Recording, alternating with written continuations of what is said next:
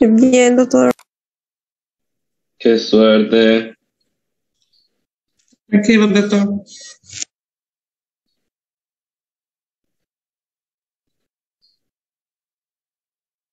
Continuar. Em algum momento, o sistema hematopoético.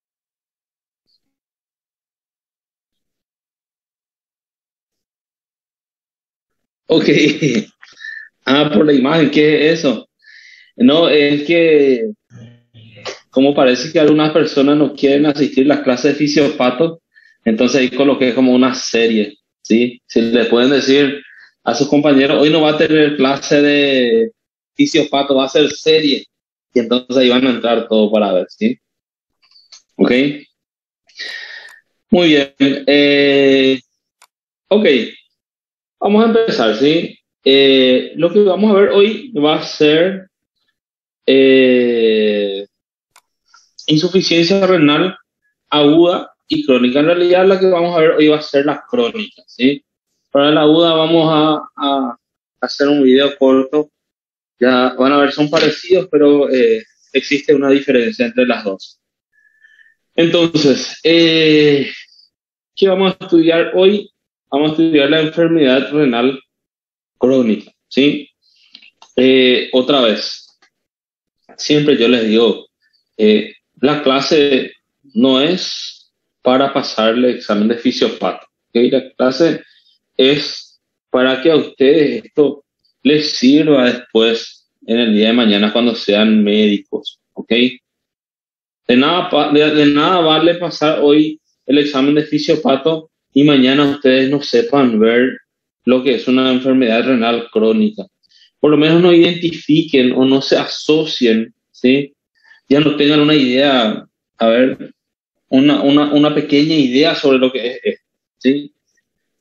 Yo sé que esto van a volver a ver ustedes en clínica 1 y en clínica 2 y después en el internado van a volver a repasar.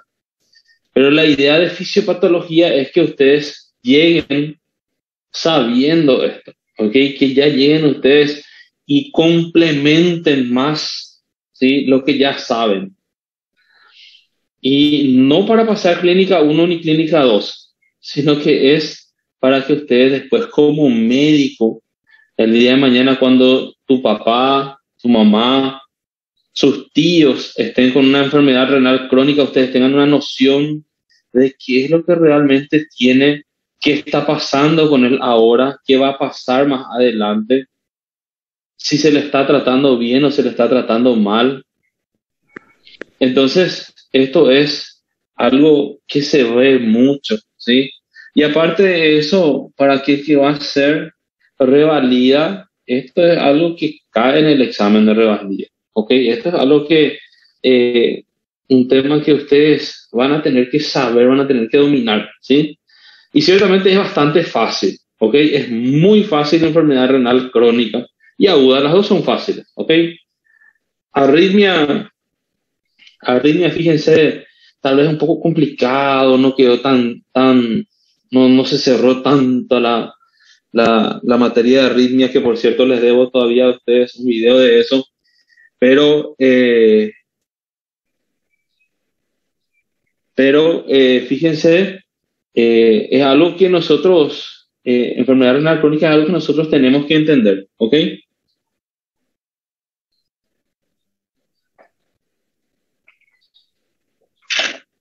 Muy bien, entonces vamos a empezar, fíjense, eh, los conceptos y ciertos parámetros cambian un poco desde que ustedes estén ahora hasta que terminen, ¿sí? Por eso a veces no me enfoco tanto en los datos, así que nos dan numéricos de cierta estadificación, porque fíjense que los datos cambian mucho, ¿sí?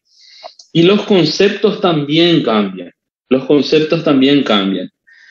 En el sentido en que cuando yo estudiaba fisiopatología, no soy tan viejo, ¿sí? Pero cuando yo estudiaba fisiopatología, nosotros estudiábamos también del PORT y creo que no se modificó en el PORT. Y se hablaba de lo que era una insuficiencia renal aguda e insuficiencia renal crónica. ¿Ok? Hoy en día se reemplazó la palabra insuficiencia. ¿Ok? Ya no se utiliza la palabra insuficiencia, entonces tenemos que adecuarnos a lo nuevo. ¿Sí? Por eso es que aquí les traje esta parte de un libro, ¿sí? Del cual yo suelo sacar mucho para las clases, que es el libro de Cicinio Castro. Es un libro de fisiopatología mismo, en donde aclara aquí el nuevo concepto, ¿sí? Y este concepto es para el mundo entero, ¿sí? Acá en Paraguay, en Brasil y en España y en todos los sitios se dejó de utilizar la palabra insuficiencia, ¿sí? Y vamos a ver ahora cómo es que se está utilizando, ¿sí? Y solamente esta pequeña parte yo quiero leer con ustedes para poder interpretar un poquitito cómo cambió, ¿sí? Fíjense, así como existe la New York Heart Association, que en este caso da las definiciones, las clasificaciones sobre patología del corazón. Existe también como una asociación así que es la Kidney, que se encarga en este caso de Kidney Association. Tiene unos nombres en donde ellos también se encargan de modificar las definiciones y los parámetros en lo que sería patología renal. ¿Ok? Entonces, fíjense, en muchas partes de la clase tal vez yo diga insuficiencia renal. No es que esté mal, pero es un término que ya está en desuso, ¿sí? Entonces, quiero que ustedes entiendan eso. Entonces, fíjense, dice lesión renal aguda y enfermedad renal crónica, ¿sí? Lo que antes era llamada de insuficiencia renal aguda, hoy en día se llama lesión renal aguda, o también se le puede llamar de injuria renal aguda, ¿ok? Los dos términos son utilizados tanto acá como en Brasil, ¿ok? Y ya vamos a ver enseguida por la traducción en inglés. Y lo que antes era insuficiencia renal crónica, lo que antes era insuficiencia renal crónica, hoy es llamado de enfermedad renal crónica, ¿sí? En portugués, para ustedes sería doença renal crónica, ¿ok?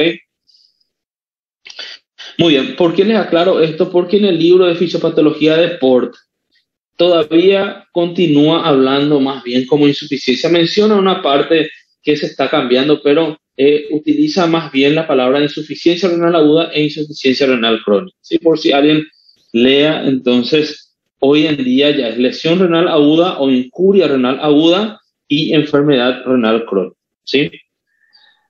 Fíjense aquí, vamos a leer un poquitito de esto y vamos a después ver bien en la clase. Fíjense, dice, los dos síndromes que serán considerados en este capítulo comparten un factor común, ¿ok? Tanto en la lesión renal aguda como en la enfermedad renal crónica, dice la incapacidad de los riñones de cumplir sus funciones de eliminación de productos de desechos, ¿ok? Vamos a ver bien eso, que nuestros riñones se encargan de eliminar productos del metabolismo de nuestras células, ¿ok? Y también de ciertas sustancias que consumimos de manera exógena. Entonces, el riñón tiene que eliminar eso, ¿sí? Y en estos dos casos, ¿sí? Ellos comparten o tienen en común de que el riñón no está funcionando, ¿sí? No está eliminando ese producto de desecho, ¿ok? Fíjense, también dice, no regula el medio interno y tampoco puede sintetizar ciertas sustancias, ¿ok? O sea que la persona que tenga una lesión renal aguda o una enfermedad renal crónica va a tener un desbalance hidroelectrolítico, ¿ok? Porque esa es una de las funciones que tiene nuestro riñón, ¿sí? El riñón tiene esa función de que nosotros estemos en una homeostasis, de mantener en equilibrio los electrolitos y el agua, ¿ok? Y fíjense, también no va a producir la eritropoyetina, ¿sí? El 1.25 dihidroxicolicalciferol tampoco va a estar pudiendo producir. Entonces, al no producir, al no cumplir su función normal, esto se va a ver afectado. ¿Ok? Y esto es lo que nosotros vamos a desarrollar hoy, que es lo que va a tener ese paciente que no está cumpliendo su función normal. ¿Ok?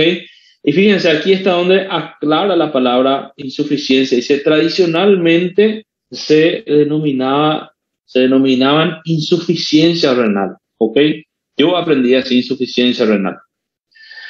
Aunque este término ha sido sustituido progresivamente por lesión renal aguda, ¿ok?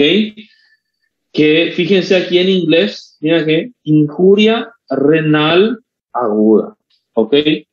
Por eso es que la traducción sería lesión renal aguda o injuria renal aguda, ¿sí? Ya está en desuso la palabra insuficiencia renal aguda. Y fíjense aquí dice enfermedad renal crónica, ¿ok? Que en este caso aquí está enfermedad renal crónica, su traducción, ¿ok? Que en portugués para ustedes sería doença renal crónica, ¿sí? Muy bien, entonces sería eso. Quería aclararle esto por si ustedes vean el libro, entonces que sepan que eso ya se modificó, ¿sí? Que ahora ustedes cuando estudien para la revalida ya no van a estudiar insuficiencia renal, sino que van a estudiar enfermedad renal crónica y lesión renal aguda. Muy bien, fíjense, lo que vamos a ver así como les dije va a ser entonces hoy enfermedad renal crónica, ¿sí? ¿Qué sería una enfermedad renal crónica? ¿Sí? Sería, por definición, sería alteración estructural o funcional del riñón, ¿ok? Y esta alteración estructural o funcional tiene que ser durante un periodo de 3 o más meses, ¿ok? Mayor a 3 meses tiene que ser para decir que es una enfermedad renal aguda, ¿sí? Si no, voy a llamarle en este caso, lesión renal aguda, ¿sí? Entonces tiene que haber una alteración estructural o funcional del riñón, ya vamos a ver qué significa alteración estructural o funcional, y eso tiene que estar presente por 3 meses o más, ¿ok? Muy bien, entonces fíjense aquí, tiene que existir una anormalidad estructural, ¿sí? Aquellos riñones en donde existe una anormalidad estructural, a ellos ya yo le voy a considerar de enfermedad renal crónica. ¿A qué se refiere con una anormalidad estructural? ¿Sí? Existen personas que ya nacen con una hipoplasia renal, ¿ok? ¿Qué significa eso? Y familias en donde el parénquima renal ya sale disminuido, ¿ok? Entonces esas personas son clasificadas dentro de esta enfermedad, ¿sí? O personas que tienen ciertas malformaciones estructurales del riñón, ¿ok? El riñón en herradura, por ejemplo, habrán escuchado ustedes donde los riñones se conectan, no funciona de manera adecuada eso, entonces existe una anormalidad estructural, ¿sí? O fíjense aquí, esto está mal aquí, dice, o aquella persona que tenga una proteinuria, específicamente la albuminuria, ¿sí? La palabra uria hace referente a orina, presencia de proteínas en orina, cosa que no es normal, ¿ok? Cuando nosotros encontramos proteínas en la orina, ¿sí? Cuando hay, por ejemplo, albuminuria, aquí dice albuminemia, está mal. Cuando hay albuminuria, ¿ok? Entonces nosotros vamos a decir, si es que esto está presente en un periodo mayor a 3 meses, entonces voy a decir que esa persona tiene una enfermedad renal crónica, ¿ok? O una anormalidad histológica, ¿sí? ¿Qué sería una anormalidad histológica? En este caso ya, cuando hablamos histológico, estamos hablando de que estamos biopsiando el riñón de una paciente, de un paciente, de una persona, ¿ok? Y estamos viendo que su parénquima renal no es normal, ¿sí? Sacamos ahí, biopsiamos y lo que sacamos es tejido fibroso, ¿ok? Entonces, eso no es un parénquima renal normal, entonces hablamos de una enfermedad renal crónica, ¿sí? Fíjense que el tejido fibroso es un tejido cicatrizal, ¿ok? Así como en el hígado, cuando este hígado se daña mucho, se produce la cirrosis, ¿ok? ¿Saben lo que es la cirrosis? ¿Saben lo que es la cirrosis? ¿Qué sería una cirrosis? ¿Alguien sabe lo que es la cirrosis? La cirrosis, fíjense, es una sustitución del parénquima hepático por un tejido fibroso, ¿sí? No consume mucho alcohol, se absorbe, va al hígado, se lesiona el hígado, el sitio en donde se lesionó, eso se va a fibrosar, ¿ok? Y se va fibrosando con el tiempo, y el hígado que era así, ¿qué va a ocurrir con el hígado? ¿Qué va a ocurrir? ¿Se va a agrandar o se va a achiscar el hígado? ¿Qué va a ocurrir con el hígado? Disminuye. Se va a disminuir. Atrofiar. Muy bien. En una fibrosis, lo que el hígado era así, va a quedar así, ¿ok? Se va a atrofiar, va a quedar más pequeño, ¿ok? Y lo mismo pasa en el riñón, ¿sí? En el riñón existen muchísimas etiologías por el cual puede producirse una enfermedad renal crónica, ¿sí? Muchísimas. Y muchas de ellas ustedes ya vieron, ¿sí? Porque la enfermedad renal crónica es la vía final, ¿sí? Común de varias enfermedades. ¿Qué es lo que estoy diciendo con eso? Y persona que tuvo diabetes, persona que tuvo hipertensión arterial crónica, que tuvo pielonefritis a repeticiones, que tuvo una obstrucción de la vía urinaria, que tuvo una enfermedad autoinmune, un lupus, por ejemplo, ¿ok? Una glomerulonefritis. Todas esas enfermedades, al final, si eso progresa, si no se detiene, va a llegar a una enfermedad renal crónica, ¿ok? Y lo que va ocurriendo al final de todo es que el parénquima renal va a sustituirse por tejido fibroso, ¿ok? ¿Y qué va a ocurrir con ese tejido, con ese riñón? Ese riñón también se va a atrofiar, también va a disminuir de tamaño, ¿sí?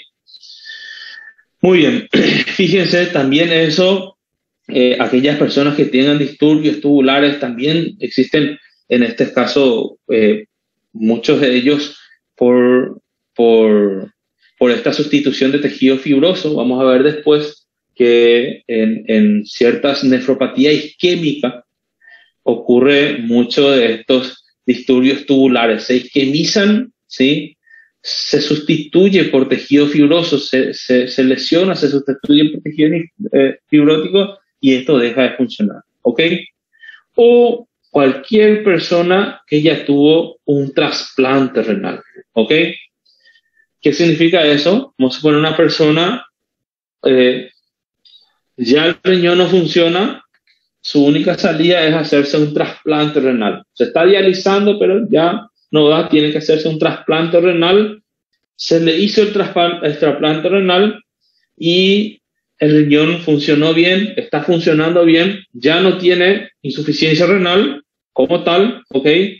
El riñón está funcionando bien, pero igualmente esa persona, ¿sí? Es categorizada o es una persona con una enfermedad renal crónica. Por más de que esté funcionando el riñón, ¿sí? De las mil maravillas, igual esa persona va a ser un enfermo renal crónica. Toda persona trasplantada, ¿sí? De riñón, entonces va a ser un enfermo renal crónico. Muy bien, fíjense aquí, algo que recién les decía, la anormalidad estructural. Esto que está aquí es una ecografía, un ultrasón del riñón, ¿ok? Fíjense aquí está más o menos para que sigan, fíjense, aquí estaría el borde medial del riñón, aquí vendría el borde lateral, ¿ok? Del riñón. Miren cómo en esto existe una alteración estructural que se puede evidenciar por ecografía, ¿ok? No existe, aquí si ustedes ven, no existe esa diferenciación córtico-medular, ¿ok? Es como si fuese que aquí es todo de la misma manera, ¿ok? Nada más da para ver sus bordes, pero fíjense aquí en una ecografía renal normal. Miren cómo da para diferenciar bien el parénquima renal, ¿sí?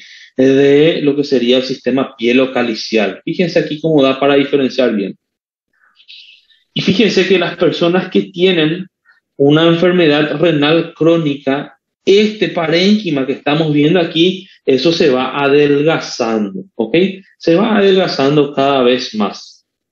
Entonces, ahí nos referimos que existe una anormalidad estructural, ¿sí? Entonces, fíjense que hablamos nosotros que en la enfermedad renal crónica los riñones van disminuyendo de tamaño, ¿ok? Se van atrofiando, pero existen ciertas patologías que van a cursar o van a evolucionar hacia una enfermedad renal crónica en donde los riñones, fíjense, mantienen su tamaño normal, ¿ok? Entonces, en estos casos que estamos viendo aquí, en estos casos, la persona puede cursar con una enfermedad renal crónica, pero vemos el riñón y el riñón, en este caso, mantiene un tamaño normal, ¿sí? En el caso, por ejemplo, de la diabetes. Vamos a ver enseguida qué ocurre con la diabetes, ¿sí? En el caso de una enfermedad renal poliquística autosómica dominante, ¿sí? Una poliquistosis renal, ¿sí? En los casos de HIV y amiloidosis, ¿sí? En estos casos, entonces, existe la enfermedad renal crónica, pero el tamaño del riñón se mantiene normal, ¿ok? Muy bien. ¿Y cuáles son las causas? ¿Cuáles son las causas de una enfermedad renal crónica? Dos cosas ustedes tienen que grabarse, ¿sí? Dos cosas. Uno, la diabetes, ¿ok? Y otro, la hipertensión arterial sistémica, ¿ok? Son las dos causas más frecuentes en todo el mundo, ¿sí? Con una proporción diferente, ¿sí? Puede ser que, a ver, vamos a suponer, en África, ¿sí? La causa más frecuente no sea la diabetes, sino que sea la hipertensión arterial y en segundo lugar la diabetes, ¿ok? Pero en línea general, más o menos está la proporción: diabetes, hipertensión arterial. Y después existen una innumerable causas de enfermedad renal crónica, ¿sí? Las glomerulonefritis, cualquier tipo de glomerulonefritis, ¿sí? Enfermedades urológicas, ¿sí? Ciertas malformaciones, ciertos tumores,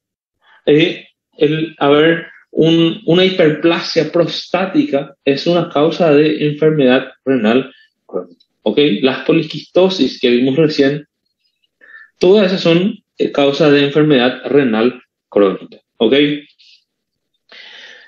Muy bien. Fíjense, cuando yo les dije hace rato, lo bueno de estudiar enfermedad renal crónica es que es algo que nosotros podemos entender, ¿sí? Podemos sacar conclusiones, porque existen patologías en donde es como si fuese que queda flotando ahí. ¿Será que esto es así? ¿Será que no es así? Y acá no. Acá esto es algo que nosotros lanzamos una idea y automáticamente el cerebro está procesando. Entonces va a pasar esto, vamos a tratar de esta manera y acabó, ¿ok? Eso es lo bueno de enfermedad renal crónica. Y entonces, tienen que saber esto, van a ver que es bastante fácil. Fíjense, si el riñón tiene ciertas funciones y nosotros decimos que en la enfermedad renal crónica esas funciones no van a ser llevadas a cabo, entonces tenemos que saber cuáles son las funciones que no van a ser llevadas a cabo, y esas van a ser los que van a causar los signos y síntomas de una persona con una enfermedad renal crónica, ¿ok? Y fíjense, acá vamos a recordarnos de esto para ver la función del riñón, ¿ok? Y vamos a ver qué es lo que se va a ver afectado en una persona que tiene esta enfermedad, ¿sí?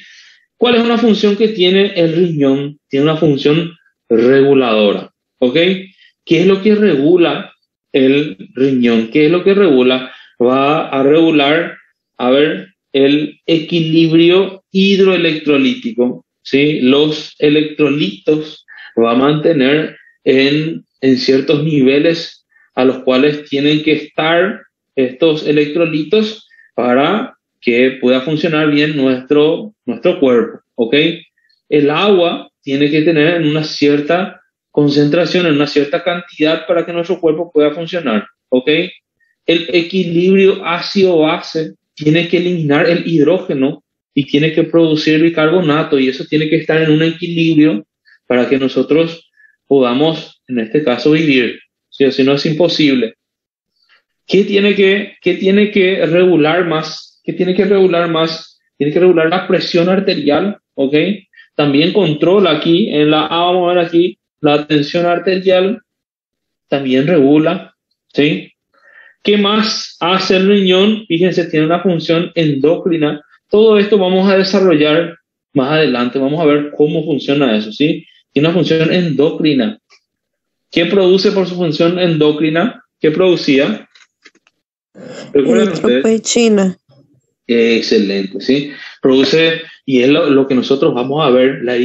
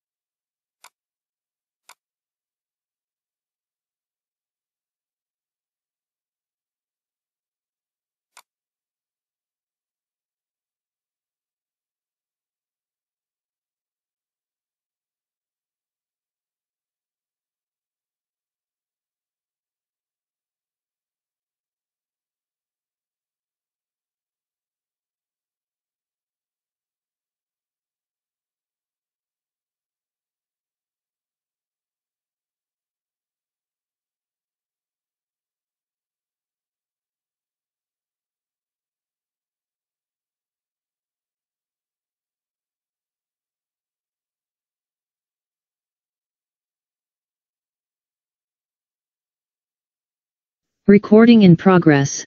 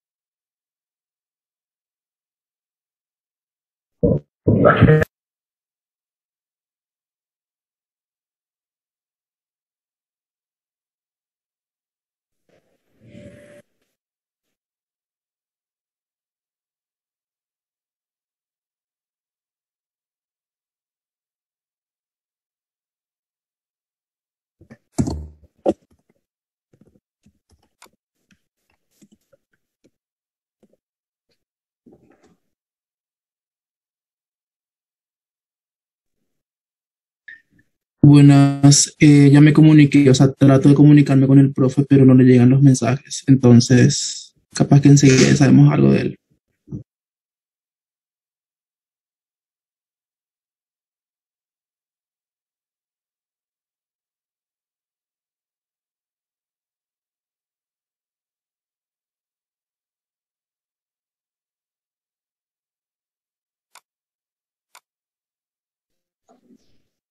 ¿Me escuchan? Sí. Sí. Ok, disculpen, no sé qué aconteció. Creo que fue problema de internet. Muy bien. ¿Están viendo ahí la diapositiva? ¿Sí? Sí, doctor. Ok. Estamos aquí en su función endocrina y le estaba diciendo que produce la eritropoyetina, ¿ok? ¿Y qué hace la eritropoyetina? Se va en la médula ósea y estimula ¿a quién? Estimula. Estimula os eritroblastos a se desenvolver. Excelente. Estimula ya los eritroblastos para que estos se diferencien más, ¿ok? Y se produzca más glóbulos rojos. Ahora, ¿qué creen que va a tener paciente que tenga una enfermedad renal crónica? ¿Cómo va a estar su glóbulo rojo? ¿Va a estar o no va a estar anémico? Va a estar anémico, ¿ok? Muy bien. Entonces, ese paciente que tenga enfermedad renal crónica, vamos a ver que va a estar anémico. Y fíjense que existe eritropoyetina exógena, ¿ok? Aquel paciente que ya se está dializando, ¿ok? Que ya está conectado a una máquina que ya no funciona el riñón, ese paciente recibe eritropoyetina, ¿ok? Por eso es que si ustedes saben lo normal, ya van a saber lo patológico y el tratamiento, ¿sí? Fíjense, ahí con la N hicimos una M, va a tener qué cosa, y va a tener función metabólica, ¿ok? Va, en este caso, a producir qué cosa, 1.25 dihidroxicólicalciferol, recuerdan la vitamina D, el calcitriol va a producir, vamos a ver enseguida cómo produce eso, y vamos a ver que, ¿para qué servía esa vitamina D? ¿Para qué servía? Una de sus funciones. Aumentar a reabsorção de cálcio. Excelente. Vaya a nivel intestinal, actúa ahí absorbiendo o aumentando la absorción de calcio. ¿Ok? ¿Cómo va a estar el calcio de una persona que tiene una enfermedad renal crónica? ¿Va a estar alto o va a estar bajo? Bajo. Bajo va a estar, ¿ok? Y entonces se busca maneras de corregir el calcio en esos pacientes también, ¿sí? ¿Cómo va a estar su hueso? ¿Va a estar fuerte o va a estar débil? Débil. Va a estar débil, ¿sí? A eso se le llama de osteodistrofia, ¿sí? Osteodistrofia renal. Entonces, fíjense, esto es fisiología, pero nosotros estamos estudiando fisiopatología, ¿sí? Muy bien. ¿Qué más regula? Decíamos la presión arterial, ¿ok? El sistema renina-angiotensina-aldosterona está en nuestro riñón, ¿sí? Y el riñón también, fíjense, se encarga de eliminar el exceso de líquido, exceso de agua. Y si no está funcionando, si no está eliminando, como si fuese que va a haber una hipervolemia y eso va a favorecer aumentar la presión arterial, ¿ok? Y fíjense, de la L vamos a hacer una E, tiene una función excretora, ¿sí? Tiene que eliminar, tiene que expulsar los desechos metabólicos, tiene que echar todo lo que esté de más en nuestro cuerpo, ¿ok? Ya sea del metabolismo endógeno o exógeno. Entonces esa es la función del riñón y si no está pudiendo eliminar, si no está pudiendo echar, expulsar, ¿sí? Eso se va a acumular en los pacientes que tienen enfermedad renal crónica, ¿sí? Muy bien, entonces veamos aquí, vamos a estudiar esta función excretora, ¿sí? ¿Qué es lo que tiene que excretar? ¿Sí? Tiene que excretar aquello que está de más, ¿sí? Y tiene que excretar los desechos metabólicos, ¿sí? Aquellos desechos que nuestras propias células producieron, ¿sí? Y esos son desechos que nosotros llamamos endógenos, ¿sí? Pero fíjense que también el riñón tiene la función de expulsar los desechos exógenos, ¿sí? Porque ustedes ahora están estudiando en fármaco y vamos a ver hoy un poquitito de fármaco. Vamos a ver cómo es que se eliminan estos medicamentos, ¿sí? Cómo es que nuestro riñón está eliminando, cómo funciona la eliminación renal, ¿sí? ¿Qué es lo que tiene que eliminar de manera endógena, ¿sí? Aquí les coloco dos, la urea y la creatinina, ¿sí? La urea es el desecho metabólico del metabolismo de las proteínas y la creatina es el desecho metabólico de las células musculares, ¿sí? Que esto deriva de la fosfocreatina, ¿ok? Entonces, dos desechos tenemos aquí, pero puede ser ácido úrico, ¿sí? Existen muchísimos desechos metabólicos, pero yo quiero que ustedes se fijen en estos dos, en urea y creatinina, ¿ok? ¿Por qué quiero que se fijen en estos dos? Y principalmente en la creatinina. ¿Por qué quiero que ustedes graben esto?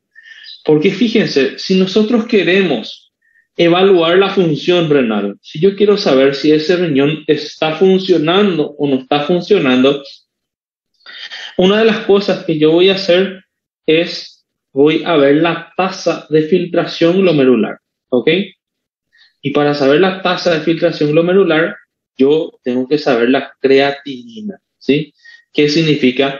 Nosotros tenemos en sangre normalmente la urea y la creatinina, ¿sí? Normalmente tenemos.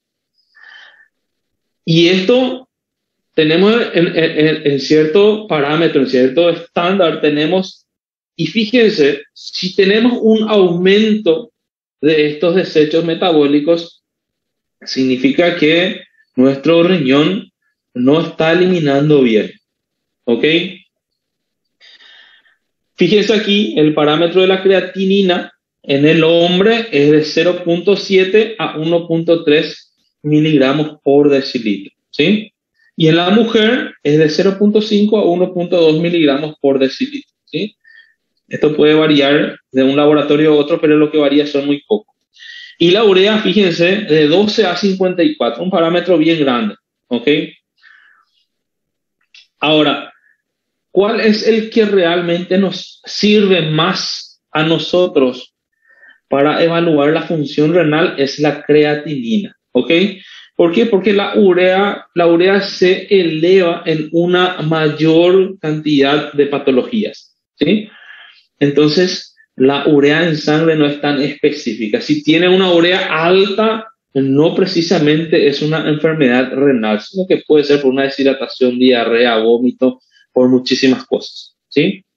La creatinina no es tampoco específica del riñón, ¿sí? No es tampoco específica del riñón, sino que existen en ciertas circunstancias en donde la creatinina también va a estar elevada o puede estar elevada, pero el riñón está funcionando normalmente, ¿sí? Puede ocurrir eso, pero es la creatinina el que más se utiliza, ¿sí?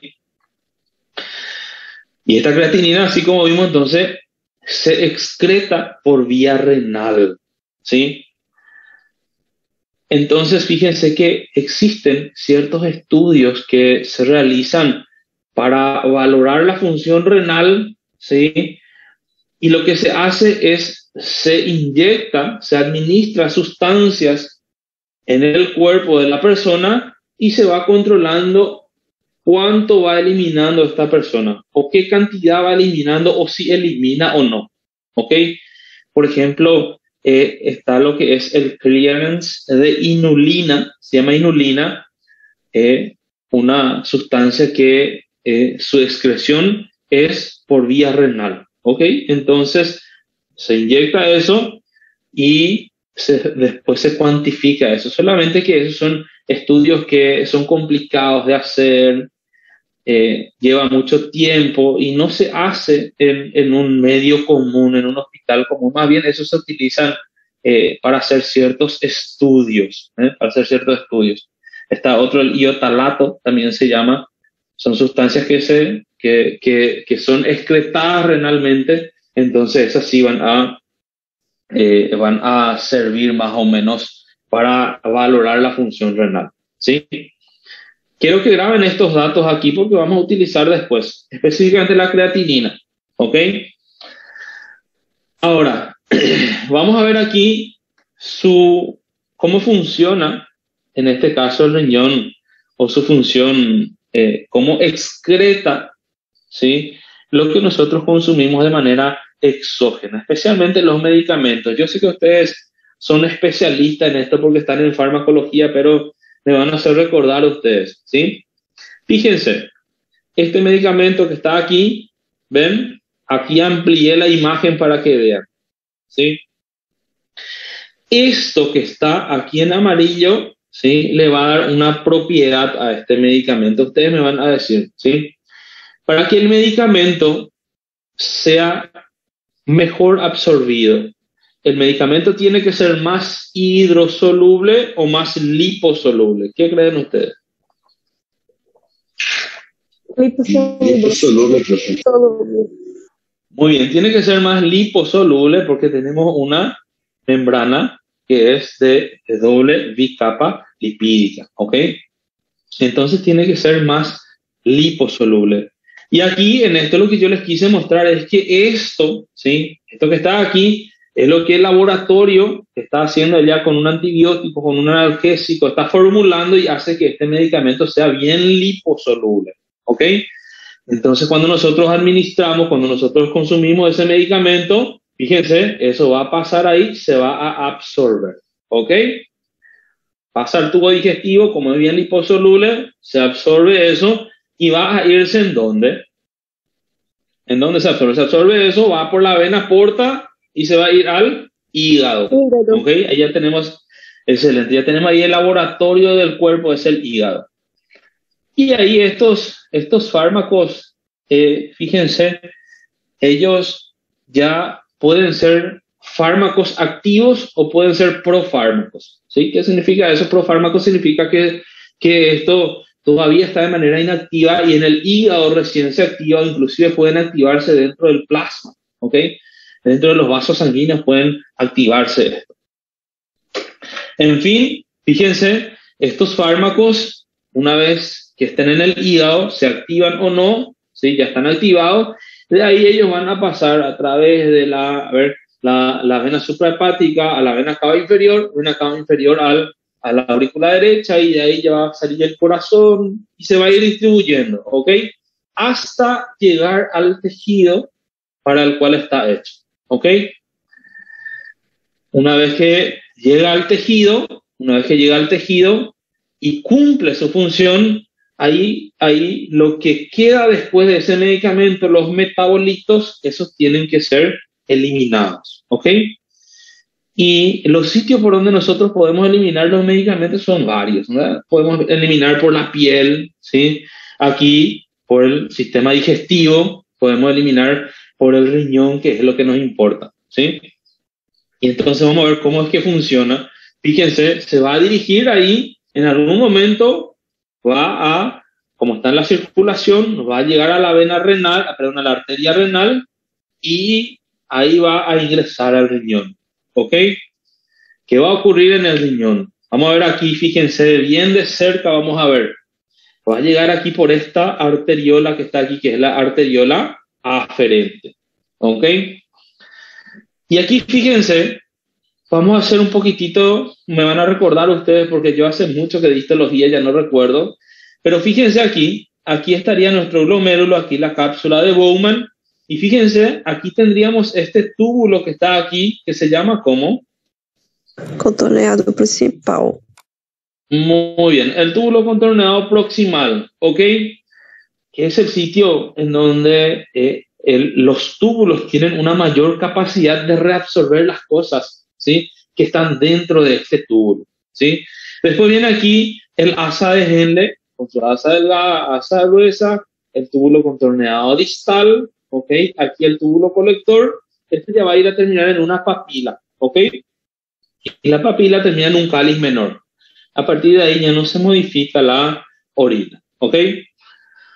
Entonces, fíjense lo que va a ocurrir con este medicamento que actúa, y vamos a ver otra vez más cerca en un glomérulo. fíjense aquí, este medicamento va a venir aquí por la arteriola aferente, va a pasar aquí. Acuérdense que aquí nosotros tenemos nuestra barrera de filtración, que como barrera de filtración teníamos ahí el endotelio mismo, ¿sí? De estos capilares glomerulares están fenestrados, están perforados, ¿ok? Después tendríamos una membrana basal y después tendríamos los podocitos, ¿sí? Que dejaron así unos espacios por donde atravesaban, que eran llamadas hendiduras de filtración, ¿ok? Entonces fíjense qué hace este medicamento, va a llegar ahí, como aquí, miren ahí, se va. ¿Qué pasó con este medicamento? ¿Qué pasó con este medicamento? Salió de este sistema tubular, ¿ok? Pasó aquí, llegó al túbulo contorneado proximal, ¿ok? Y fíjense, salió del túbulo, ¿ok? ¿Por qué salió del túbulo? ¿Por qué salió? Porque en el túbulo contorneado proximal se consigue todavía absorber muchas cosas que estén pasando ahí. Y se va a absorber si es que esto que está aquí, este metabolito, es liposoluble, ¿ok? Atraviesa ahí el epitelio que está cubriendo al túbulo contorneado proximal, ¿sí? Entonces, ¿qué tenemos que hacer nosotros para poder eliminar a este metabolito, ¿sí? Ese metabolito en algún momento va a llegar otra vez ¿en dónde? Al hígado, ¿sí? ¿Por qué va a llegar otra vez al hígado? Porque fíjense, aquí nosotros estamos, pasó aquí este metabolito, vino aquí al túbulo contorneado proximal y ya aquí a este nivel él va a pasar a estos capilares. Salió de este túbulo que iba a llevarlo ya hacia acá afuera, salió y regresó aquí a la circulación. Y entonces ya una vez en la circulación, fíjense, ya va a llegar de alguna manera al hígado, ¿sí? ¿Y qué hace el hígado? ¿Qué tiene que hacer el hígado para que esto pueda ser eliminado? Va a ocurrir lo que se conoce como biotransformación, ¿ok? ¿En qué se estudia eso? Eso estaba en farmacocinética o farmacodinámica, no recuerdo yo, ¿eh? ¿En qué se estudiaba eso? ¿Farmacocinética o farmacodinámica? ¿O no se estudia? Ok. Entonces, fíjense aquí, ¿qué es lo que es la biotransformación? ¿Qué es lo que hace el hígado? El hígado es muy guapo. ¿Qué hace el hígado? Recuerdan que les dije que esto que estaba aquí en amarillo es lo que hacía que este medicamento sea liposoluble. Y entonces, en la biotransformación, que tiene dos fases, la primera fase que hace el hígado, fíjense, saca ahí la molécula, coloca en otro sitio, que es liposoluble, saca ahí del otro lado, coloca así, y fíjense después qué va a ocurrir. Cambió todito, todo aquello que era liposoluble, ¿ok? Ahí modificó, y entonces hace que esta molécula sea hidrosoluble, ¿ok? Ahora esta molécula hidrosoluble le cuesta un poco al hígado deshacerse, ¿sí? Pero el hígado tiene ciertas moléculas que puede transportar esto. Entonces, fíjense, una vez que el hígado se deshace de esto, ¿ok? Ya que esto es hidrosoluble, esto ya puede ir entonces a ser eliminado. Fíjense, va a pasar ahí por todo hidrosoluble afuera, ¿ok? Esa sería la vía de excreción renal, ¿ok? Tiene que ser hidrosoluble para que se elimine. Por eso es que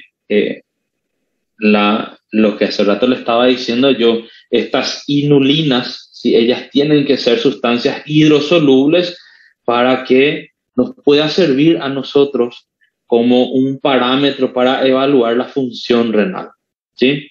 Lo mismo se aplica a esto para la excreción de medicamentos por vía digestiva, porque fíjense aquí a través del conducto colédoco, si es liposoluble, a través del conducto colédoco esto va a llegar aquí y se va a volver a reabsorber si es liposoluble. Pero una vez que es hidrosoluble, entonces ya va a seguir todo el trayecto a ser eliminado con la materia fecal, ¿ok? Muy bien, entonces esta es la otra función que tiene el riñón y se va a ver afectado en estos tipos de pacientes, ¿ok? Entonces, se tiene que evaluar a la hora de tratar a un paciente cuál es la vía de excreción de esos medicamentos, ¿ok? Entonces, por eso es que yo me detengo en esto, para que ustedes vean que más adelante cuando ustedes vean en clínica van a ver, seguro que por dónde se está eliminando, ¿será que va a afectar a nuestra riñón o no? ¿Ok? Ahora, veamos aquí su función reguladora y fíjense qué es lo que regula. Regula, decíamos, el balance electrolítico, va a regular el balance hídrico y el equilibrio ácido-base. ¿Ok? Dentro de este balance electrolítico, fíjense, existen varios iones, varios electrolitos que está regulando. Fíjense, el sodio, el riñón es el que se encarga de mantener entre 135 a 145 miliequivalentes litros. ¿Ok? Es nuestro riñón el que se encarga de mantener dentro de estos parámetros. ¿Sí? Ya en una enfermedad renal crónica muy avanzada, este sodio se ve disminuido, ¿ok? En realidad lo que pasa es que hay mucho líquido, ¿sí? Para esa cantidad de soluto. Es como una hemodilución más o menos es lo que existe, ¿sí?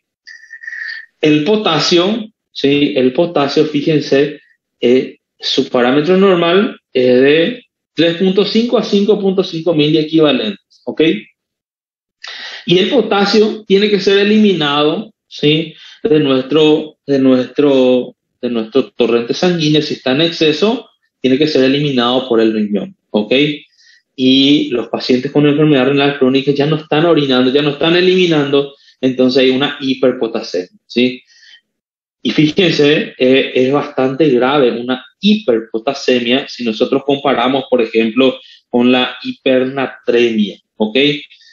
La hipernatremia puede subir 10 miliequivalentes y ahí todavía se puede pelear bien con ese tipo de paciente.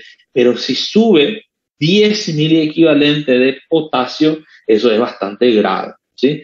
Porque la hiperpotasemia favorece a varios tipos de arritmia, ¿ok? Inclusive eso puede generar un tipo de muerte súbita, ¿sí?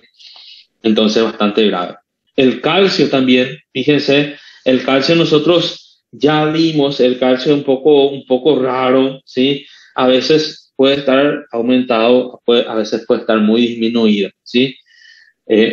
¿Cuándo va a estar disminuido? Y ya vimos recién con la vitamina D, ¿ok? Si es que ya tiene ese trastorno de no producir el calcitriol, entonces va a tener una hipocalcemia, ¿sí? Pero si produce calcitriol y no está eliminando, va a tener una hipercalcemia, ¿sí? Pero generalmente cursan con hipocalcemia ya en estadio avanzado. Fíjense, el bicarbonato, lo normal es entre 22 a 30 mil equivalentes, y fíjense que el bicarbonato produce el riñón, ¿sí? En el riñón se produce el carbonato y se libera el torrente sanguíneo. Y fíjense si ya nuestro riñón no está produciendo bicarbonato, ¿sí? Y aparte de eso no está excretando el hidrógeno, ¿sí? Se produce una acidosis metabólica, ¿sí? Y lo mismo aquí el cloro. Existen varios otros electrolitos que el riñón se encarga de regular, pero le coloqué ahí los más importantes. Muy bien, regula el balance hídrico, el agua, ¿ok? Y el equilibrio ácido-base, así como veíamos recién, ¿ok? Ahora, por su función endocrina, ¿qué es lo que hace nuestro riñón? Va a producir la eritropoyetina, ¿ok? No es su única función endocrina, ¿ok? También por su función endocrina se le puede citar a la producción de renina, ¿ok? Que allá en la mácula densa, o sea, el túbulo contorneado distal, hacia ahí, entonces va a producir también la renina. Eso forma parte del sistema endocrino. También produce ciertas prostaglandinas, ¿ok? Pero aquí lo que a nosotros nos tiene que llamar la atención es la eritropoyetina, ¿ok? Que ya nosotros decíamos, la eritropoyetina, ¿qué va a hacer? Va a ir allá en la médula ósea y va a estimular la producción de glóbulos rojos. Se dice eritroblasto, necesitamos glóbulos rojos, ¿ok? ¿En respuesta a qué? ¿Ok? ¿En respuesta a qué va y normalmente el riñón le dice a la médula ósea que produzca eritropoyetina. La respuesta Hipoxia. es a una hipoxia, ¿ok? Excelente, a una hipoxia. No es a la disminución del glóbulo rojo, es a la hipoxia, ¿ok? Entonces, cuando hay una disminución de la concentración de oxígeno en el plasma, es como si fuese que, no es como si fuese, tenemos sensor en el riñón que ellos pueden detectar ese cambio de concentración de oxígeno en sangre, ¿ok? Este sensor no sirve para contar el glóbulo rojo, no cuenta, y 1, 2, 3, 4, no cuenta. El sensor sirve para ver la concentración de oxígeno, ¿ok? Si disminuye entonces la concentración de oxígeno, eso va a estimular la producción de eritropoyetina, ¿ok? ¿Y dónde están esos sensores? ¿Dónde están esos sensores? Voy a darles opciones. Túbulo contorneado proximal, asa de Henle, túbulo contorneado distal o en alguna arteriola, en el endotelio de una arteriola. ¿Dónde va a estar? ¿Dónde va a estar el sensor que puede decirnos aquí hay oxígeno, aquí no hay oxígeno? ¿Dónde va a estar? ¿Dónde creen que va a estar? Fíjense aquí. Aquí, en este túbulo aquí, en este túbulo aquí, en este túbulo aquí, aquí, o en esta arteria que está aquí. ¿Dónde creen que va a pasar ahí sangre con oxígeno? ¿Sí? Con poco o mucho, pero ¿dónde creen que va a estar el sensor? Van a estar en las arteriolas principalmente eferentes, ¿ok? En el endotelio de estas arteriolas, ¿sí? Fíjense que hace sentido. En el endotelio, él puede detectar el oxígeno que está pasando ahí cerca. Entonces, baja ahí la concentración de oxígeno y ahí entonces va a existir la producción de eritropoyetina, ¿ok?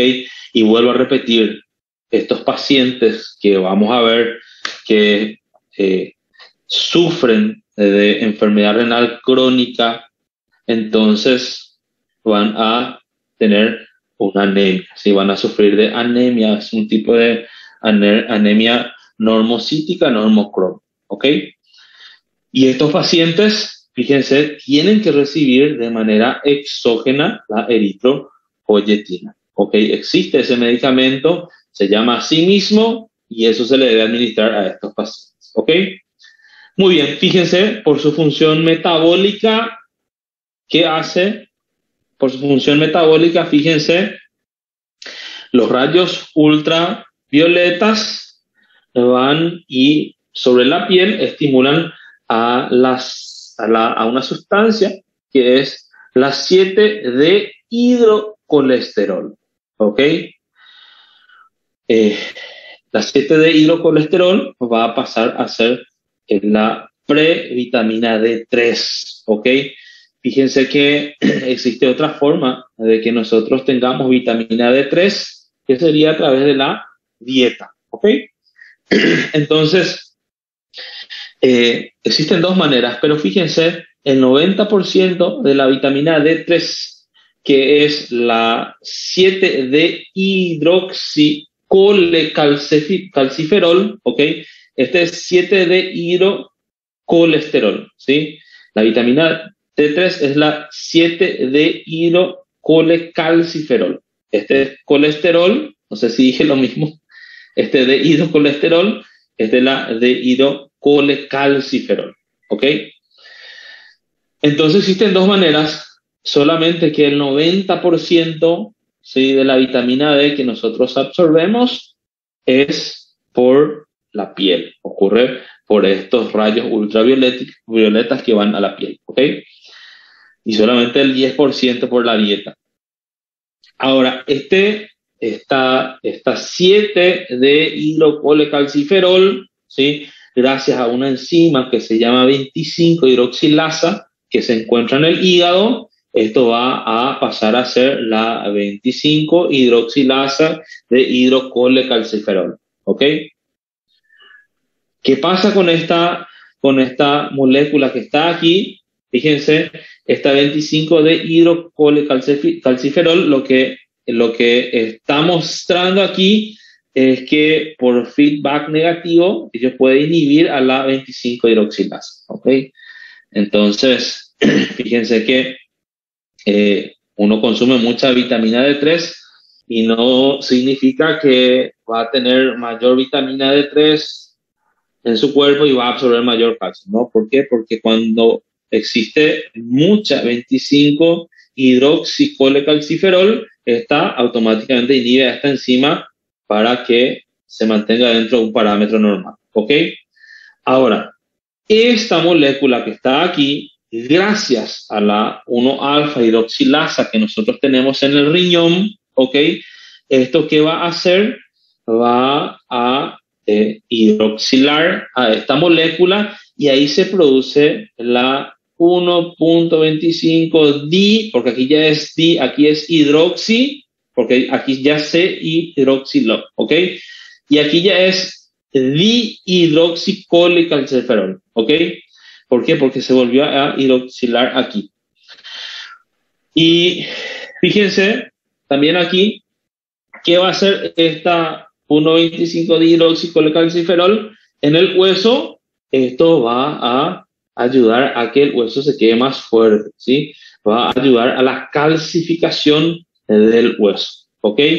Y en el intestino, ¿sí? Lo que va a hacer es va a aumentar la absorción de calcio y fósforo y eso también va a hacer que nuestro hueso se mantenga más fuerte, ¿ok? Esta alfa-1 hidroxilasa se ve favorecida también por la parato-hormona, ¿sí? La parato-hormona ayuda a eso. Fíjense, la parato-hormona es una hormona que se produce en la paratiroides y lo que hace es se encarga de regular el calcio y fósforo que nosotros tenemos en la sangre, ¿sí?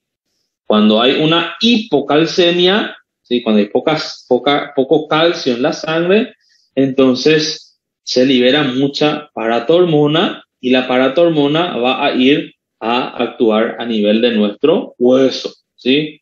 Produce lo que nosotros conocemos como la resorción ósea, ¿sí? Saca el calcio del hueso, activa ya los osteoclastos, saca el calcio del hueso, coloca el torrente sanguíneo, ¿ok? Entonces ya ustedes van a imaginar que la persona que tenga esta deficiencia de la 1.25 dihidroxicolecalciferol va a tener por déficit de absorción en el tubo digestivo del calcio, ¿sí?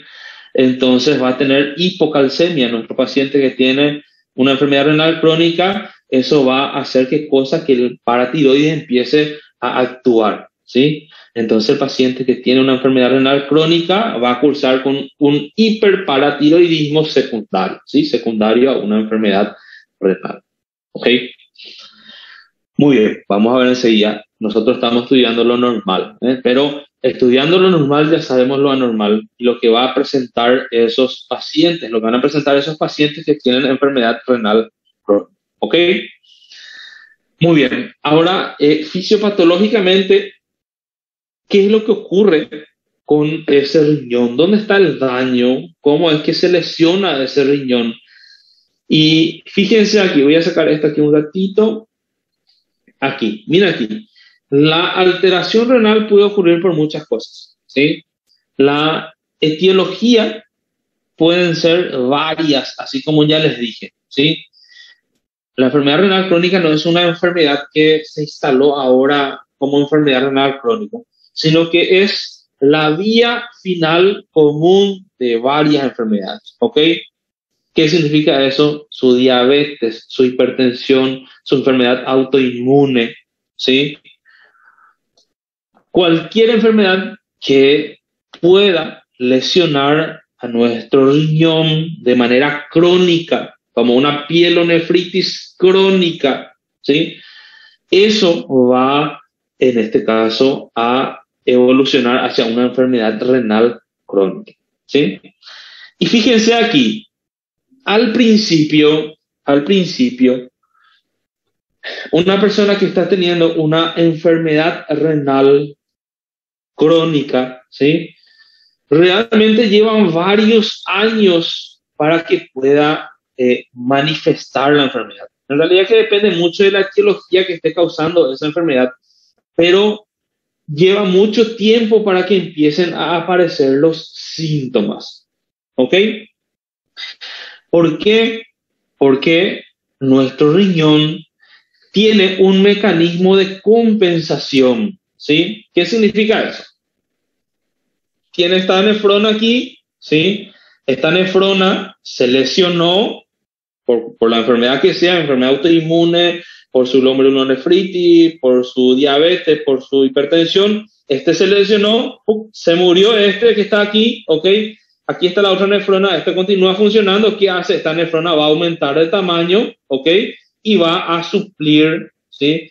Lo que este no está haciendo. Sí, va a suplir, este va a empezar a funcionar más. Se murió otra nefrona, otro va a empezar a aumentar de tamaño y en este caso va a empezar a compensar. ¿Ok?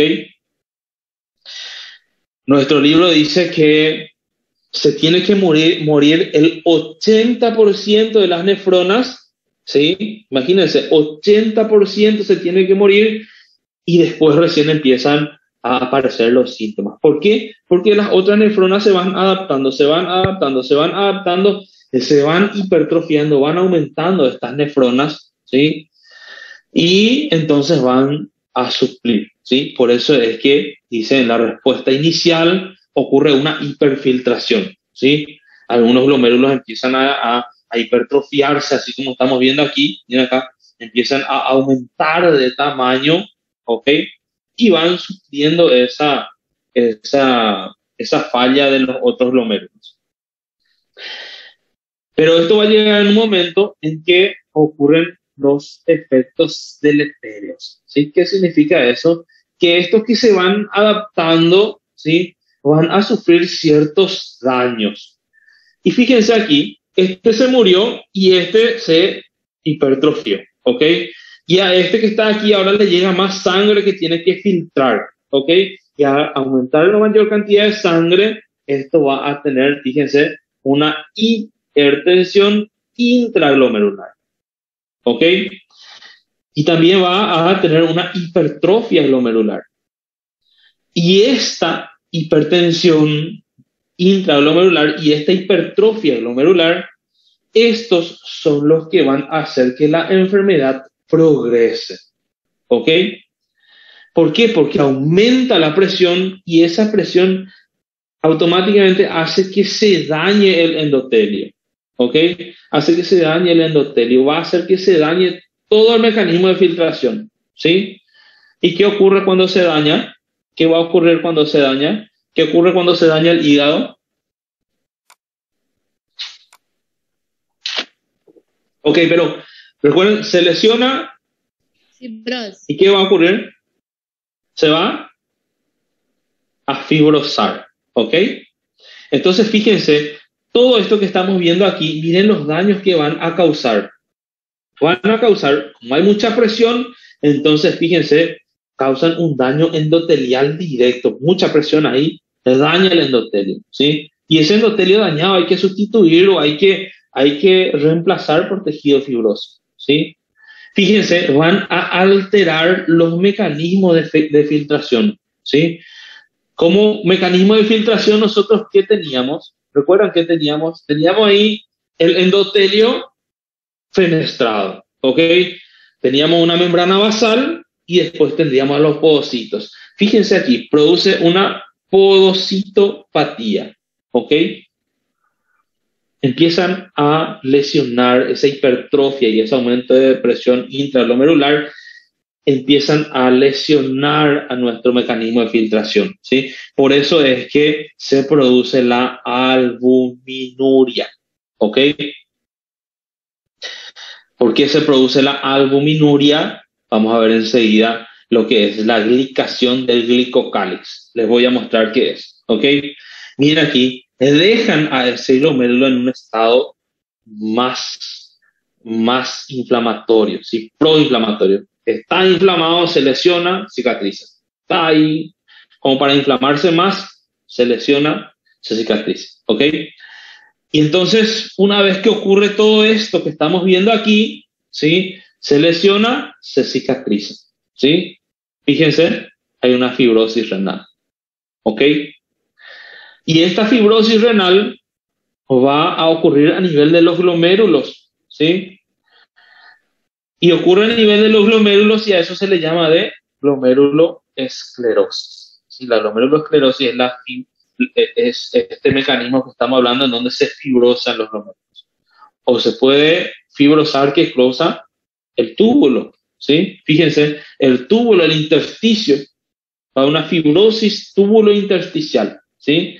Las células mesangiales que estaban por ahí en el intersticio, esas también se van a fibrosar. ¿Sí? Las células tubulares se van a atrofiar. ¿Ok? Y cuando llegamos aquí, ya no hay vuelta atrás, ya se fibrosó. ¿Sí? No se puede desfibrosar. ¿Ok? Ya está fibrosado. Se perdió el parénquima funcional normal de nuestro riñón. ¿Ok? Y fíjense aquí, en la nefro, los dos casos más frecuentes, la nefropatía diabética y en la nefropatía isquémica, fíjense lo que ocurre. Ocurre la glicación del glicocálix. Y esto hace que se produzca una proteinuria. ¿Ok? ¿Qué sería esto? Nosotros teníamos, fíjense, en nuestra... A ver si este script funciona aquí. Ok, nosotros tendríamos para la filtración, ¿sí? Los mecanismos o la barrera de filtración, nosotros tendríamos así. Fíjense, así vendría una arteriola aferente, ¿ok? Aquí estaría la arteriola eferente. Aquí estaría el glomérulo, ¿ok? Así estaría aquí los capilares. Aquí, vamos a colocar otro aquí. Ahí, ¿ok? Y aquí ya nosotros tendríamos como un primer filtro, porque esta arteriola viene aquí a este nivel y aquí presenta ciertas fenestraciones, ciertos orificios, ¿ok? Por ese orificio van a atravesar ciertas moléculas menor a este orificio. No recuerdo, creo que eran medidas 70 nanómetros a 100, no recuerdo bien. Pero era una barrera física, ¿ok? Las proteínas que eran mayores no iban a poder pasar por ahí, ¿sí? Ahora, aquí, fíjense, nosotros tendríamos otra barrera. Aquí a este nivel tendríamos a lo que iba a ser a la membrana basal, ¿sí? Aquí a la membrana basal. O sea que lo que pasaba por aquí, ¿sí? Tendría que atravesar el endotelio fenestrado, la membrana basal, ¿ok? Y después tendría que pasar aquí a los podocitos. Aquí estarían los pedicelos, ¿ok? Así estaría. Aquí ya estaría nuestra cápsula de Bowman, ¿ok? Así. Entonces, fíjense aquí. A estos espacios se le llamaban de hendiduras de filtración, ¿sí? A los espacios que quedaban así entre los peces. Esos eran los más pequeños. Entonces, 3 barreras ahí. El endotelio fenestrado, la membrana basal y el podocito, ¿sí? Los podocitos que dejaban unos espacios. Los que conseguían atravesar y llegaban aquí, ok, estos ya van hacia nuestro túbulo. Puede ser absorbido o no, ¿ok? Ahora, ¿qué tenía aparte estos mecanismos de filtración? ¿Sí? Las células que estarían aquí a este nivel, en su glicocálix, ya hablamos una vez lo que era el glicocálix, la parte más externa que tendría ahí en su membrana, ellos expresan unas proteínas, ¿ok?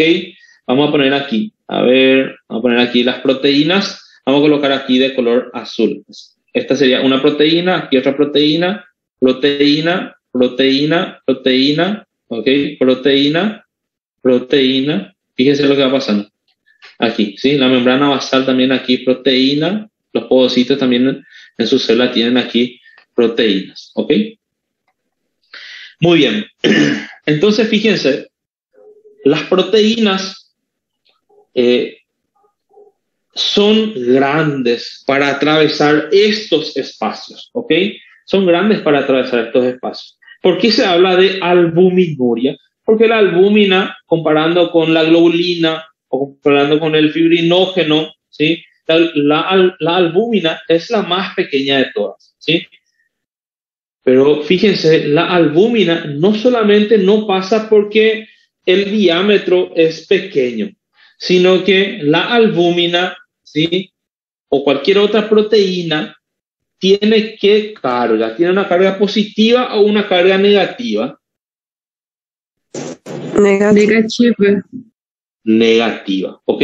Y fíjense que yo le estoy diciendo que aquí en el glicocálix se expresan unas proteínas, ¿ok? Se expresan unas proteínas. Y entonces, aquí voy a colocar, a ver, aquí, ahí se expresan unas proteínas. Imagínense que este punto aquí es una albúmina que tiene carga negativa, ¿ok? Y las proteínas también tienen carga negativa. ¿Qué ocurre con las cargas negativas? ¿Qué ocurre con la carga negativa? ¿Se encuentra con otra carga negativa? ¿Se van a atraer o no? No, vai se repelir. Muy bien, se van a repeler, ¿ok? Entonces, fíjense, viene aquí la albúmina y encuentra aquí a este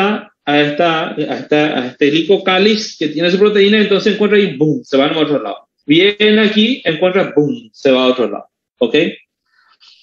Y entonces, ¿qué es lo que ocurre en la nefropatía diabética? Se pierde, ¿sí? Esas proteínas que están en el glicocálix. Y entonces, ¿qué va a pasar? La proteína, ya con el daño endotelial que nosotros vimos que ocurre a este nivel, porque se está fibrosando, se pierde esa barrera de filtración mecánica y aparte ya se pierde estas proteínas que tenemos en el glicocálix. Entonces, ¿qué va a hacer? La albúmina, que tiene un tamaño menor al resto de las proteínas, ¿qué va a hacer? Va a pasar aquí. ¿Ok?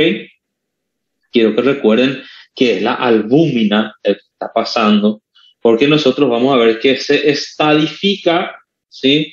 La enfermedad renal crónica, ese que está ahí no estoy dibujando yo, no sé quién es. Entonces se estadifica y se lleva en cuenta la albuminuria. ¿Ok? Muy bien. ¿Qué más? Fíjense aquí, va a haber glucosuria, ¿sí?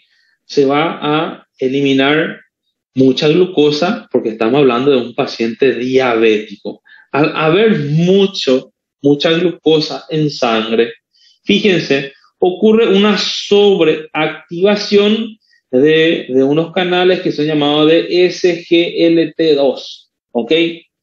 Esos están allá en el túbulo contorneado proximal, ¿sí? Y ellos lo que hacen es pasa glucosa y van metiendo otra vez adentro hacia la circulación, ¿ok? Y no solamente hacen eso, al hacer eso también ayuda a introducir de vuelta, a reabsorber de vuelta a nivel del túbulo contorneado proximal al sodio, ¿ok?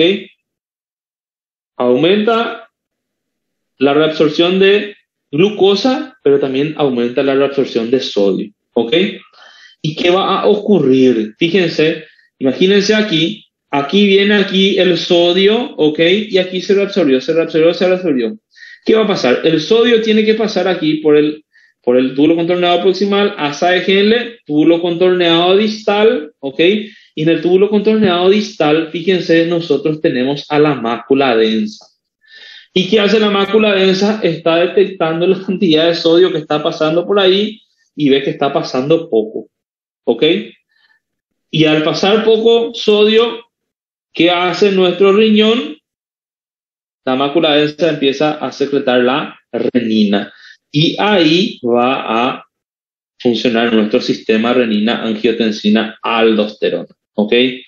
Causando otra vez mucho daño, ¿sí? Que vamos a ver aquí que ocurre en la nefropatía isquémica, en donde por una hipertensión arterial, vamos a decir, ¿sí? Por una hipertensión arterial hay una hipoperfusión renal, ¿ok? Como hay una hipoperfusión, llega poca sangre, ¿sí? Se activa también el sistema renina-angiotensina-aldosterona. Y fíjense lo que hace la angiotensina en el riñón. Produce una atrofia de los túbulos, ¿sí? Produce un colapso glomerular, favorece a la fibrosis, ¿sí? Disminuye el óxido nítrico, que es un vasodilatador a ese nivel, ¿ok? Aumentan los radicales libres de oxígeno en el parénquima renal, ¿sí? Y fíjense, la aldosterona se vio que favorece la calcificación. O sea que el sistema renina-angiotensina-aldosterona, cuando se activa de esta manera ya en un riñón que no esté funcionando, esto le destruye más. ¿Ok? Entonces ocurre eso, ¿sí? Muy bien. Esto que está aquí, ¿cómo se borra? A ver, no está ahí mi ayudante. Tenía un ayudante que antes borraba todo conmigo, pero parece que asistió a la primera clase y después nunca más asistió, ¿eh? ¿Tienen alguna pregunta? A ver, aquí yo no miro los mensajes aquí. Vamos a ver si es que... Ah, ya. Ok. No, Ok.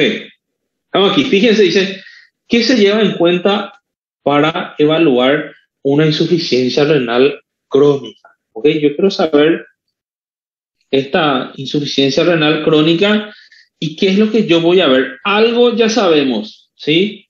Voy a ver para ver si es que el riñón realmente no está funcionando más, está filtrando mal. Voy a mirar la albuminuria, ¿sí? Voy a cuantificar la albúmina que está perdiendo el paciente en orina y eso según la cantidad de albúmina en orina, yo voy a poder estadificar, ¿sí? Por un lado. Y por otro lado, voy a ver la tasa de filtración glomerular, ¿sí? ¿Cuánto es que ese riñón está filtrando? ¿Ok? Muy bien. A ver, poner aquí otra vez. Vamos a pasar. Y miren aquí, voy a pasar esto un poco rápido porque en el siguiente slide está mejor, pero quiero que se fijen bien aquí, como en el estadio 1, en donde voy a tener una tasa de filtración glomerular mayor o igual a 90, miren, el glomérulo todavía está soportando sin problema, prácticamente no va a haber sintomatología, ¿ok? Miren aquí cómo va disminuyendo, miren la cara de este glomérulo, miren cómo ya ocurren ciertas modificaciones a nivel de las arteriolas, miren cómo aquí la arteriola aferente llegó aquí, ¿sí? La eferente se produce una vasoconstricción, ¿para qué? Para que haya una mayor cantidad de sangre aquí a este nivel del glomérulo y esto pueda filtrar, ¿sí? Esto es la hipertensión que nosotros hablamos intraglomerular, ¿ok? Después fíjense cómo se va deteriorando cada vez más. Aquí ya estaríamos en un estadio 3 que vamos a estudiar enseguida, que se vuelve a subdividir. Fíjense aquí el estadio 4 y miren el estadio 5. Paciente ya no tiene un glomérulo funcionante, esto que está aquí ya es una máquina, ¿ok? Esto ya sería una máquina de diálisis, ¿ok? Ahora, aquí sí está la tabla para que ustedes vean aquí.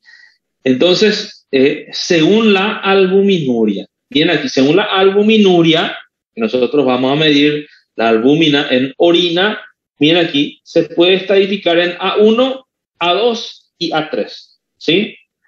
Si es que controlamos la albúmina en orina y tiene menos de 30, entonces vamos a decir que ese paciente es A1, ¿ok? Si tenemos de 30 a 300 miligramos, entonces vamos a decir que es A2. Y si tenemos mayor a 300, vamos a decir que es A3, ¿ok? Entonces se cuantifica eso en la orina.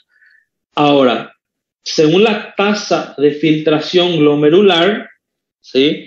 Nosotros vamos a ver que esto puede ser, un ratito.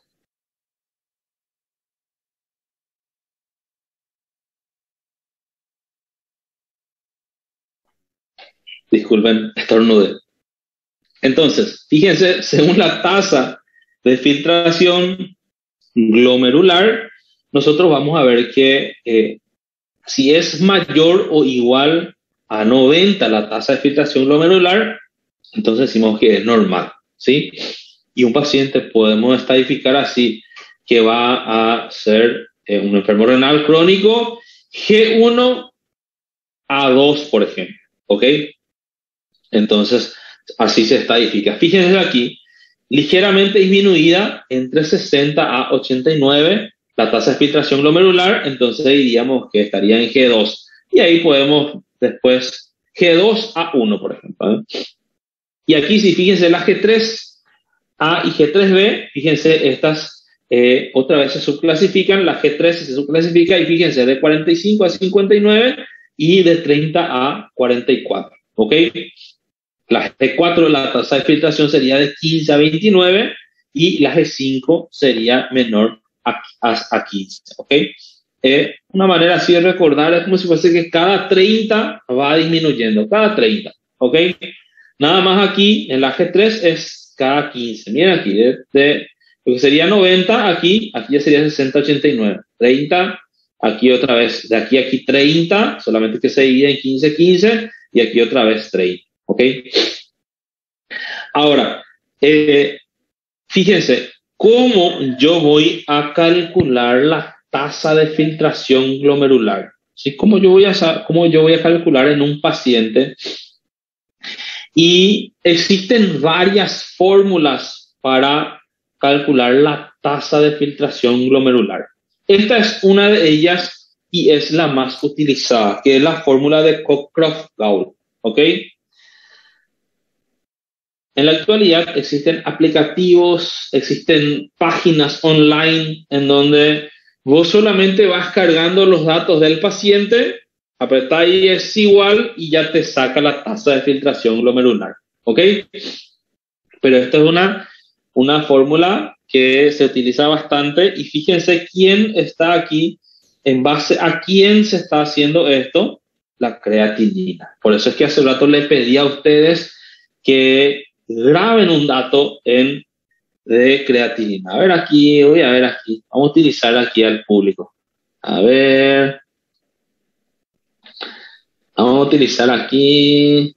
Doutor, Sí, le escucho. entonces el segredo está na creatinina. Quanto maior a creatinina do paciente, menor a taxa de filtração glomerular? Ahora vamos a mirar, ¿sí? Selene Núñez está. Selene. Sí, doctor. Sí. Mira vos, Selene. Ok, vamos aquí. Vamos a hacer con Selene. Yo quiero que todos me ayuden porque yo no tengo calculadora a mano, ¿ok? Selene, ¿cuántos años tenés, Selene? Disculpame te pregunta acá, pero para 22. estudiar. 22, ¿ok? Hagan ustedes ahí con su, no sé, con alguna calculadora. Vamos a hacer con los datos de Selene. 140 menos 22, ¿cuánto da eso? 118 por ahí. ¿Cuánto da? 118. Ok, 118 por el peso ideal. ¿Cuánto sería tu peso ideal, Selene? 54 kilos. 54 kilos. Hagan un poco eso, multipliquen un poco 118 por 54, ¿cuánto sale? 6.372. ¿Cuánto? 6.372. 6.372, ¿ok? ¿Recuerdan cuánto era la albúmina en las mujeres? ¿Recuerdan? Ahí recién vimos. ¿Cuánto más o menos era? 0.5 a 1.2 la creatinina. Excelente, excelente. Entonces, vamos a hacer que le hicimos un estudio a Selene y su creatinina vino de ¿cuánto? ¿Cuánto le podemos poner su creatinina? Vino 2.5, ¿ok? O vamos a poner 2. ¿Está bien? Hagan un poco, 2 por 72, ¿cuánto va a salir? 144. ¿Sí? Sí. ¿Cuánto sale? Sí. 144, ¿ok? Hagan un poco esto, vamos a ver Selene cómo está. 144. ¿sí? Hagan esta ecuación. ¿Cuánto sale? 44,25. 44.25. Punto. Ok. En esta fórmula, si es que hacíamos con un hombre, iba a quedar 44.25. Pero como es en una mujer y tiene menos masa muscular, ¿sí? Entonces se vuelve a multiplicar por 0.85. Hagan un poco de eso.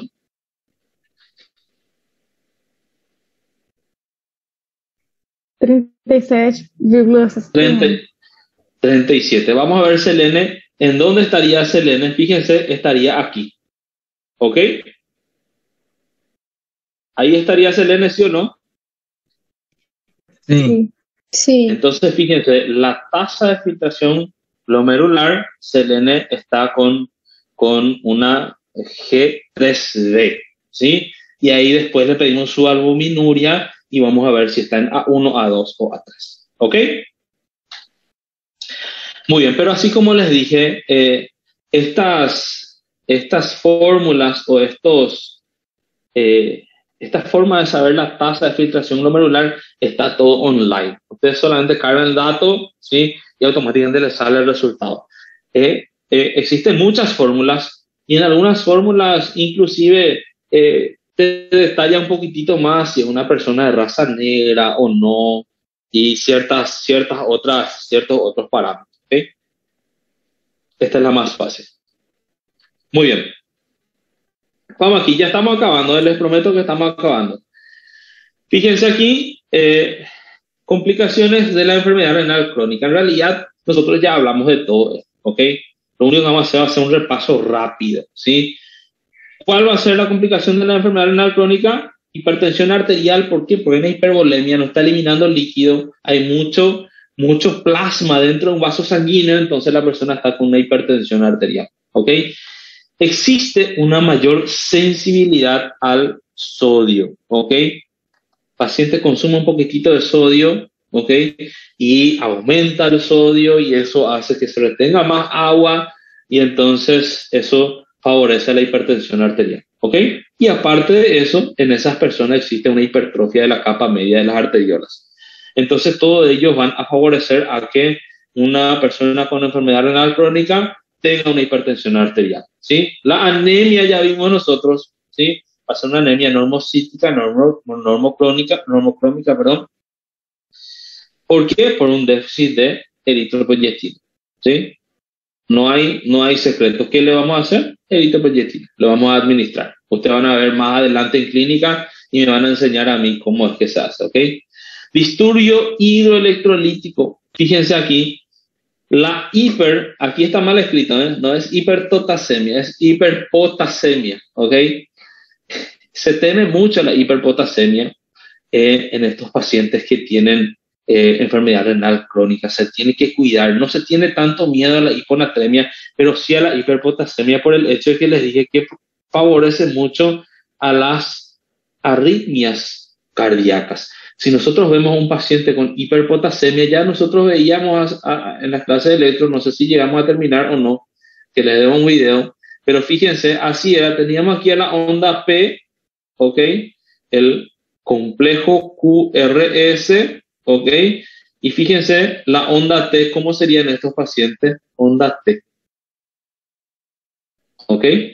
Tiene una onda T muy elevada, una onda T picuda, ¿sí? ¿Por qué? Porque hay una hiperpotasemia. Estamos hablando de la repolarización del ventrículo. Y en la repolarización del ventrículo, el ion involucrado era el potasio, ¿ok? Entonces, la actividad eléctrica se ve bien marcada en el electrocardiograma. Hiponatremia. En realidad, la hiponatremia es más bien por una hemodilución. Hay mucho líquido en el cuerpo, hay mucha agua y entonces como si fuese que se diluye más el sodio, ¿ok? Acidosis metabólica, ¿por qué va a haber? Porque hay una mayor retención de hidrógeno. El hidrógeno no se está echando, no se está expulsando, ¿ok? Y aparte de eso, no estamos produciendo bicarbonato. Entonces, se viene la acidosis metabólica. Osteodistrofia renal es lo que nosotros hablábamos de hace rato, ¿sí? no hay la 1.25 dihidroxicolecalciferol, ¿sí? No se absorbe no se absorbe el calcio, ¿ok? Y esto va a hacer ¿qué cosa? Va a hacer que nuestra paratormona vaya a la médula ósea, si vaya al hueso en realidad, vaya al hueso y estimula a los osteoclastos para que estos produzcan la resorción ósea. Resorción ósea es sacar el calcio del hueso y largar al torrente sanguíneo, ¿sí? La paratormona también estimula a los osteoblastos, ¿sí? Solamente que en estos tipos de enfermedades ocurre lo que se dice que es una osteodistrofia en donde hay un alto turnover, ¿sí? Constantemente se va formando hueso y el hueso que se va formando es de mala calidad. Por eso es que estos tienden a fracturarse, ¿sí? Muy bien, entonces el paciente, aparte de esto, va a tener un hiperparatiroidismo secundario, ¿sí? Muy bien, uremia, ¿qué sería uremia? El acúmulo de desechos nitrogenados en sangre, ¿sí? Urea, creatinina, amoníaco, ¿sí? Ácido úrico, todos ellos se elevan, ¿sí? Y van a producir un síndrome urémico. La vez pasada me pasó que llevé a un paciente que tenía un síndrome urémico, trasladé en la ambulancia y en mi mente no me vino qué era la uremia, imagínense, pero realmente ella estando bien en un momento complicado, ¿no? Y yo decía, ¿qué será? Y después me vino en la mente, ¿verdad? En realidad, por el momento en cómo estaba el paciente estaba ahí convulsionando, ¿sí? Terrible, era un paciente que tenía un problema renal, ¿sí? Y entonces me valió mucho esto, otra vez volver a recordar y a repasar, se queda en la cabeza esas cosas, ¿sí? Entonces, fíjense qué es lo que ocurre en una uremia. Hay una disfunción plaquetaria, ¿ok? Cuando hay una disfunción plaquetaria, entonces estas personas tienen una mayor posibilidad de hemorragias, sangrados, ¿ok?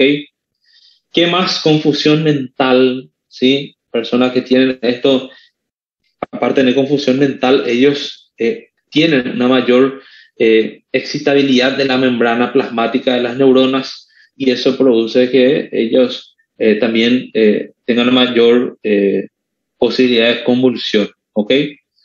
Derrame pericárdico, ¿ok? ¿Por qué derrame pericárdico? Y no está funcionando la plaqueta, ¿sí? No está funcionando la plaqueta, es como si fuese que quede más diluido la sangre y entonces empieza a extravasar, ¿sí? Entonces es frecuente que extravase hacia el pericardio, entonces produce un derrame pericárdico, ¿sí? Muy bien. ¿Dudas? ¿Alguien tiene alguna duda? Sí.